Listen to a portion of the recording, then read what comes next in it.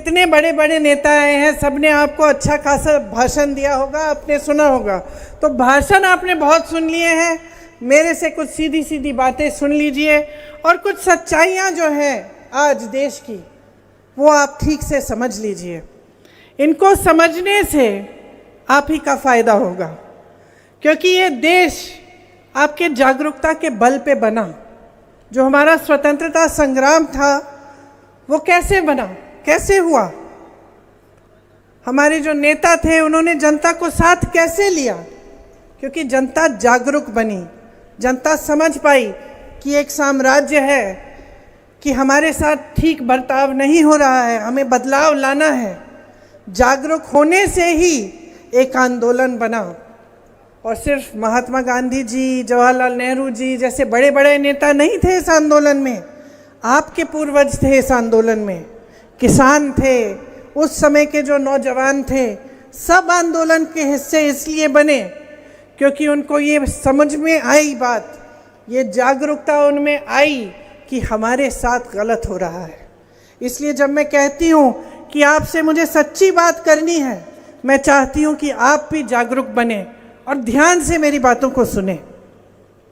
देखिए, मोदी जी यहाँ आए, भाषण सुना आपने उनका? नहीं सुना? भाषण सुनना चाहिए सबका, तभी तो पता चलता है कि असली कौन है, नकली कौन है ना? मैं तो सुनती हूँ, मैंने सुना उनका भाषण, मैंने उनका भाषण सुना और सच्चाई ये है कि मुझे उनकी बातें अब हल्की लगने लग गई हैं। हो सकता है शुरू में उनकी इच्छा थी कि कुछ करेंगे, लेकिन 10 साल बाद, इतने सारे झूठे वादों के बाद, इतनी सारी बड़ी बड़ी बातें करने के बाद फिर भी आज रोज़गार नहीं है देश में, आज महंगाई इतनी बढ़ रही है, पूरा नहीं कर पाए। इसलिए मुझे लगता है कि उनकी बातें अब हल्की पड़ रही हैं। आपने सुना होगा, एक वीडियो देखा होगा कि इनके कई सांसद और इनके कई पार्टी के सदस्य ये कहने लगे हैं अलग अलग प्रदेशों में कि जब हमारी सरकार आएगी हम संविधान को बदलेंगे। मंच पर मोदी जी संविधान की बातें करते हैं। कल भीमजीराव अंबेडकर जी का जन्म दिवस था, उनके बारे में खूब बातें की, संविधान की बातें की, लेकिन अपने लोगों से कहते हैं कि तुम जाओ, जनता के बीच जाओ और बोलो कि हम संविधान को बदलेंगे। तो सोचिए ये क्यों हो रहा है? ये बातें जो इनके लोग इधर उधर से उभारते हैं, आस्ते आस्ते जनता के मन में डालते हैं, और बाद में जब सरकार आती है तो ये ऐसे निर्णय लेते हैं जो जनता के खिलाफ होते हैं। इस संविधान के लिए महात्मा गांधी जी लड़े, जैसे मैंने कहा आपके पूर्वज लड़े। देश की जनता क्यों लड़ी इस संविधान को बनाने के लिए, आज़ाद होने के लिए एक साम्राज्य से?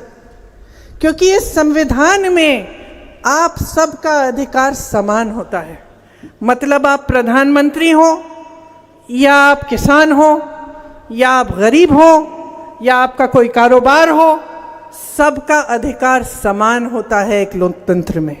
और यही लोकतंत्र है जिसको खून और पसीने से हम सब के पूर्वजों ने बनाया। तो संविधान बदलने की बात कैसे उठती है? संविधान बदलने की बात यूं उठ रही है कि आपके अधिकार छीनना चाहते हैं, और ये इस तरह से करना चाहते हैं कि आपको पता भी ना चले कि हो रहा है। और इसलिए आपको जागरूक बनना आपके लिए बहुत ही महत्वपूर्ण है। देखिए, चुनाव में जो भी नेता आपके सामने आता है उसे आपकी बात करनी चाहिए। आपने देखा है कि कितनी बहकी सी बातें हो रही हैं। कोई धर्म को उजागर कर रहा है आपकी जज्बातों को उठाने के लिए, ताकि आप अपने जज्बात के आधार पर वोट डाल दें। कोई मीट मछली की बात कर रहा है, मांस मछली की।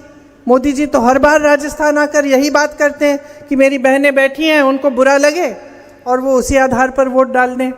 तो आपका ध्यान भटकाने का काम तो धड़ाधड़ तेजी से हो रहा है।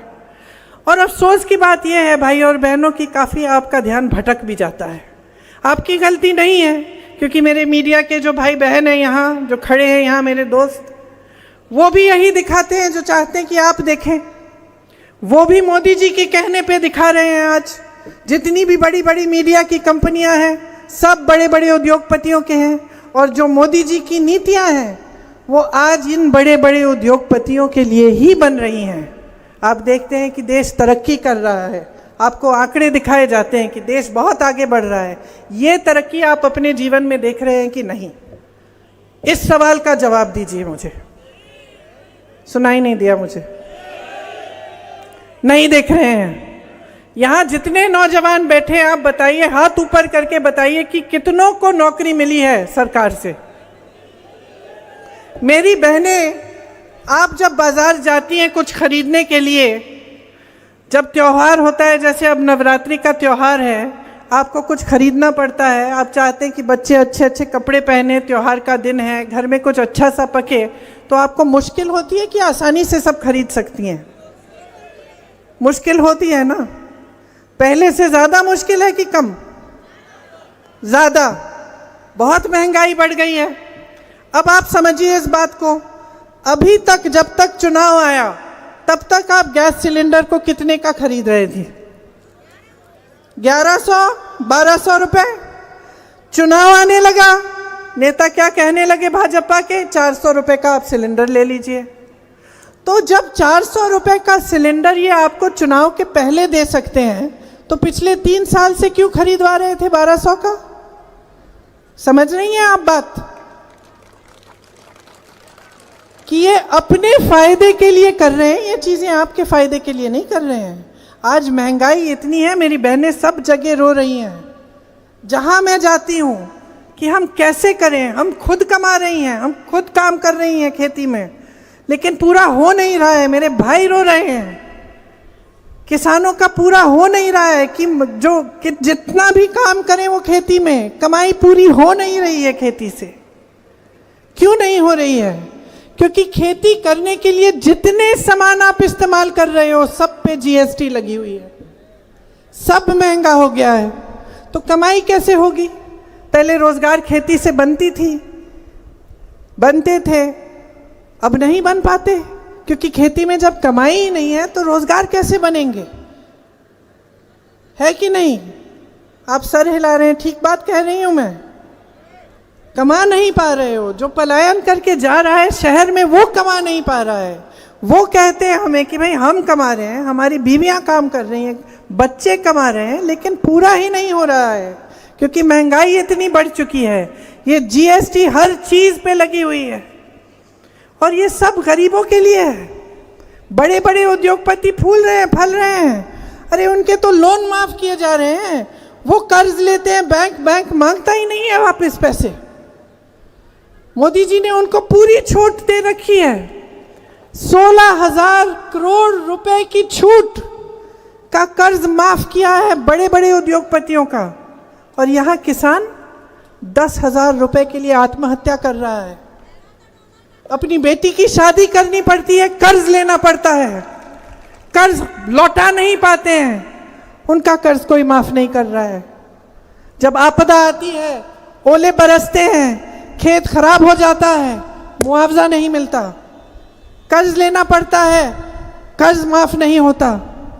ये परिस्थितियां हैं आपकी, ये है आपका संघर्ष, ये एक सामूहिक तपस्या है आपकी, ये आपका संघर्ष है जिसने इस देश को बनाया है।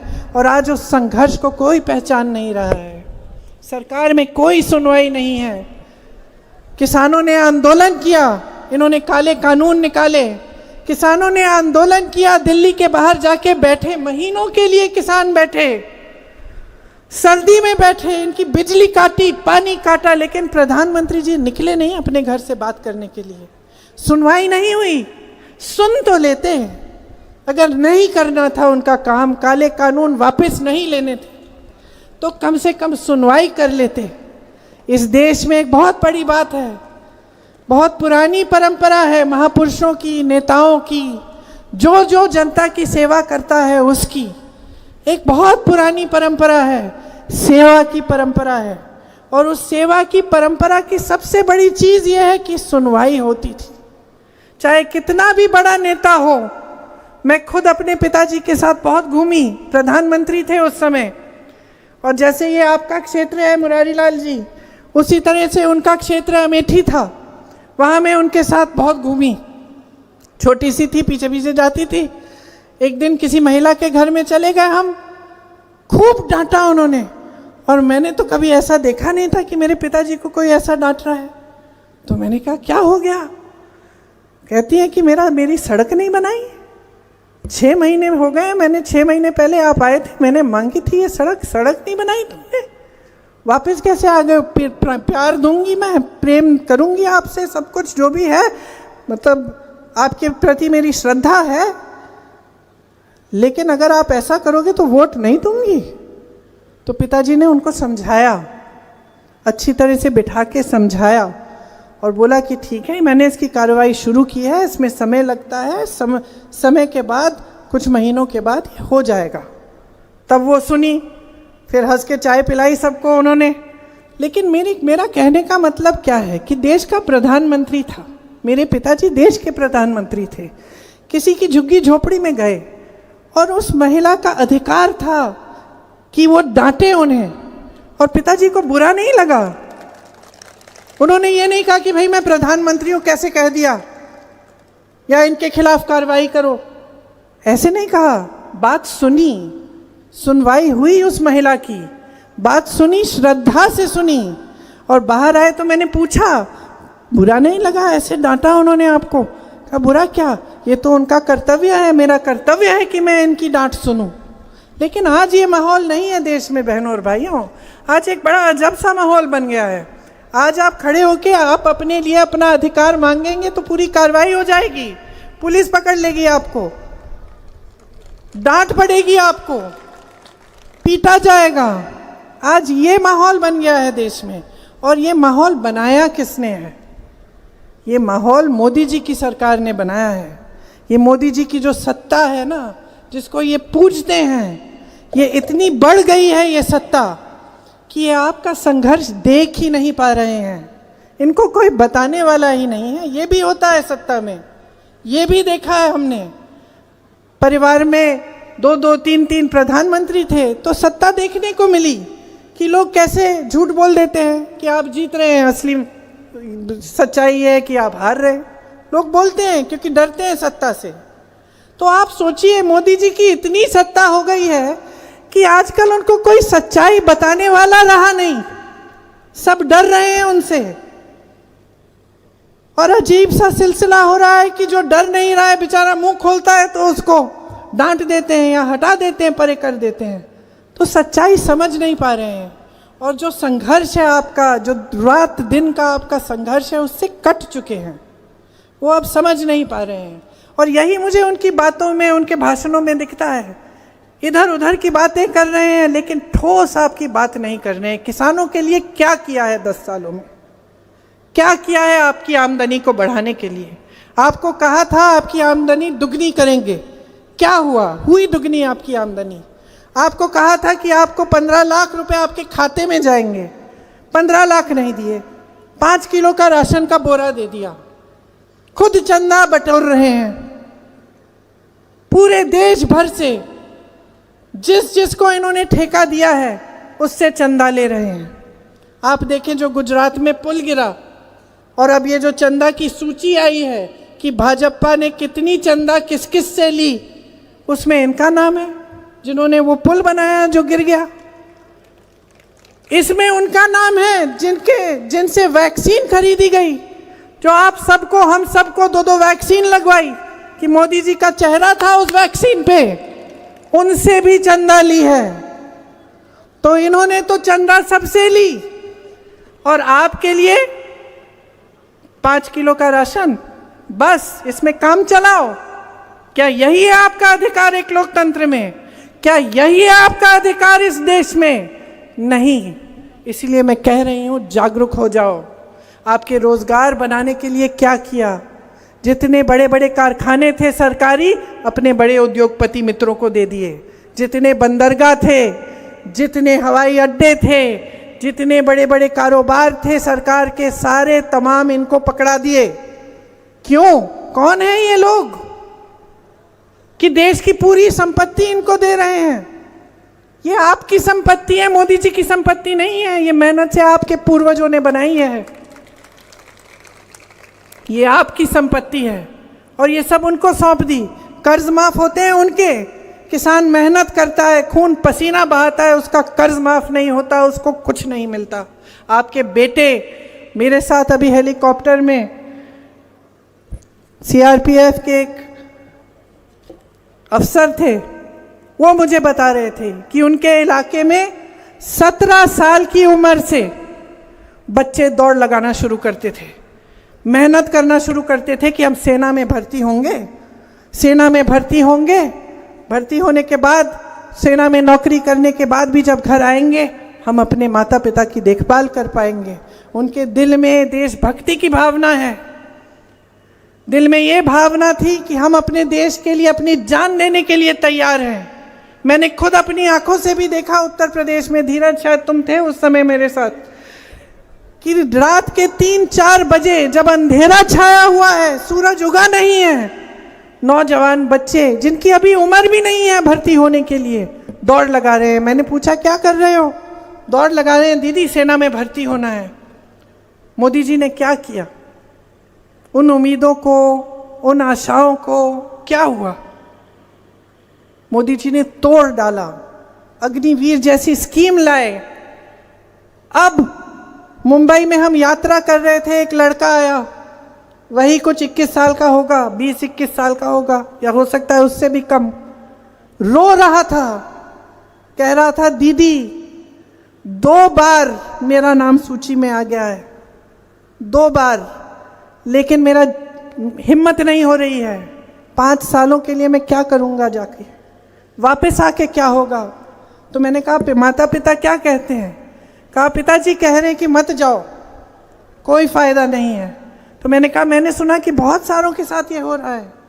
तो उन्होंने कहा बिल्कुल दीदी, ये जो अग्निवीर स्कीम है इसकी वजह से हम सेना में जाना ही नहीं चाह रहे हैं, चाहे हमने कितना परिश्रम किया हो, कितनी मेहनत की हो, हम जाना नहीं चाह रहे हैं। रोजगार पैदा करने के जितने माध्यम थे वो लगभग बंद हो गए हैं। ये छोटे कारोबार, छोटे बिजनेस, छोटी दुकानें, जैसे बहुत छोटे छोटे व्यापारी बनाते हैं, उससे रोजगार मिलता है। मैंने खेती किसानी की बात की, खेती किसानी से रोजगार मिलता था। छोटे कारोबार की कमर तोड़ दी, जीएसटी लाए, नोटबंदी लाए। अब बताइए, नोटबंदी में आपको खड़ा कर दिया कतार में, ठीक है अब तो 8 साल पुरानी बात है, ये तो भूल भी गए होंगे आप, क्योंकि आपने देशभक्ति की भावना से वो काम किया। जब आपको कहा गया कि काला धन आ रहा है तो आपने कहा चलो मैं भी अपने देश के लिए जितने पैसे हैं मेरे पास मैं ले जाता हूँ बैंक में बदलने। मेरी बहनें बैठी हैं, मेरी एक बच्चों की अध्यापिका थी, उन्होंने मुझे बताया कि उनकी माताजी 85 साल की माताजी ने कुछ पैसे इकट्ठे करके अपने पलंग के नीचे रखे हुए थे, और वो कह रही थी कि उस समय की बात बता रही हूँ मैं, जब नोटबंदी हुई। तो उन्होंने मुझे कहा कि सोचिए कि मुझे भी नहीं मालूम था कि उन्होंने छिपा के थोड़े थोड़े पैसे इकट्ठे किए थे। तो जब नोटबंदी के समय सबको अपने पैसे निकालने पड़े तो मैंने पूछा माँ ये क्या रखा है? तो उन्होंने कहा मैंने अब थोड़ा सा सोचा कि मैं अपने पोती पोतियों के लिए कुछ खरीद लूँगी, तो मैंने थोड़ा थोड़ा हमेशा कभी कभी मौका मिला तो इकट्ठा कर लिया। वो सारे पैसे नोटबंदी के समय आपने लौटाए, लौटाए कि नहीं? आपने लौटाए, आपसे मांगे गए। मोदी जी ने खुद कहा देशभक्ति के लिए काला धन आएगा। फिर क्या हुआ? 8 साल बाद काले धन की सूची निकल आई कि किसने कितनी चंदा ली। ये लोग कहते हैं कि कम से कम, इनका जवाब देखिए कि कम से कम सूची तो है। पहले पता नहीं चलता था कि राजनीतिक दल किससे चंदा ले रहे हैं, अब सूची तो है। लेकिन सूची में देखिए, जरा पढ़ लीजिए, जागरूक बन जाइए, पढ़ लीजिए उस सूची को, उसमें कितने नाम हैं। आप जैसे मैंने कहा कोविड के वैक्सीन वालों के, पुल के ठेकों वालों के, जिन्होंने सड़कें बनाई हैं, उनको जिनको ठेका दिया उससे चंदा लिया। आपको याद है वो कविता जो बचपन में सुनाई जाती थी हमें, चंदा मामा दूर के? याद है? वही चंदा मामा दूर के, खूब खाए पूर के, खुद सोनी की थाली में खाए और जनता को टूटी हुई प्याली में खिलाया। यही हो रहा है आपके साथ आज। और यहाँ चुनावी मंच है, उस पे इस वजह से मैं नहीं कह रही हूँ कि मैं चुनावी मंच पे खड़ी हुई हूँ और मैं चाहती हूँ कि आप वोट दो। मुझे सचमुच दुख होता है, सचमुच दुख होता है कि देख के कि इस देश में आज क्या हो रहा है। आपके पूर्वजों की तरह मेरे पूर्वजों ने भी जान दी है इस देश के लिए।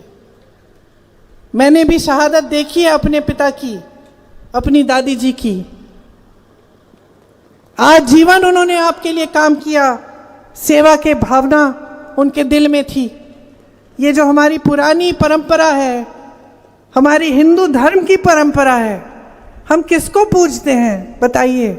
हमने भगवान राम को पूजा, क्या भगवान राम के पास सत्ता थी इसलिए हमने पूजा? आज तक हम उनको पूजते हैं, क्यों? क्योंकि उनके पास सत्ता थी? उनके पास सत्ता नहीं थी। क्योंकि हम उनको इसलिए पूजते हैं क्योंकि एक नैतिक आधार डाला उन्होंने, नैतिकता थी, जनता के प्रति श्रद्धा थी, सेवा थी, तपस्या थी, इसलिए पूजा हमने। इसलिए आज तक हम उनको पूजते हैं। हमारे जितने भी महापुरुष रहे हैं, जितने भी भगवान रहे हैं, उन्होंने क्या किया? सत्ता को त्यागा। हमने सत्ता को कभी नहीं पूजा। ये हमारा धर्म कभी नहीं रहा है। चाहे भगवान राम को देखिए, चाहे महाभारत को पढ़िए, क्या पांडवों के पास सत्ता थी? नहीं थी सत्ता। हमेशा हमारी श्रद्धा इस देश में हमारे धर्म ने सिखाया उसके प्रति रही है जिसने सेवा भाव से, आदर से जनता की सेवा की है। हमेशा महात्मा गांधी जी को देखिए, तो ये एक भावना होती है और हम इस भावना को अपने नेताओं में ढूंढते हैं। और हो सकता है कि आपने शुरू में यही भावना देखकर या सोच के कि ये भावना है मोदी जी के दिल में भी, उनको आपने आगे बढ़ाया। लेकिन आज परिस्थितियों को देखिए ना, क्या हो रहा है। सत्ता के लिए सब कुछ कर रहे हैं, सरकारें तोड़ देते हैं। पूरा देश देख रहा है, पूरा देश देख रहा है कि पैसों के बल पर टूट रही है सरकार, कि विधायकों को 100-100 करोड़ रुपए दिए जा रहे हैं सरकार को टूटने के लिए। सरकार को जनता ने चुना, तोड़ने के लिए आप पैसे दे रहे हैं। आपकी नैतिकता कहाँ है? सेवा की भावना कहाँ है? जनता के प्रति श्रद्धा कहाँ है? आप सबसे चंदा लेके काम करा रहे हैं। जो चंदा नहीं दे रहा है उस पर एजेंसी डाल रहे हैं, चंदा देता है तो एजेंसी का काम बंद। क्या यही नैतिकता ढूंढ रहे हैं आप अपने नेताओं में? क्या आप अंधे हो गए हैं कि चलिए करने दीजिए जो कर रहे हैं? मोदी जी कर रहे हैं, सही कर रहे हैं, कुछ भी करें गलत बात है। इससे नुकसान आपका हो रहा है, मोदी जी का नुकसान नहीं हो रहा है, भाजपा के बड़े बड़े मंत्रियों का नुकसान नहीं हो रहा है। मैं तो इतना कहूंगी कि हम लोगों का भी नुकसान नहीं हो रहा है, क्योंकि आपकी कृपा से आपने हम सबको इतना दिया है कि हमारे भविष्य तो सुरक्षित हैं, आपने दिया है। लेकिन आपका भविष्य सुरक्षित करने का काम कौन कर रहा है आज, ये बताइए? क्योंकि मुझे तो नहीं दिख रहा। न रोजगार बन रहे हैं, महंगाई बढ़ती चली जा रही है, न किसानों की कोई मदद है। श्रमिक सबसे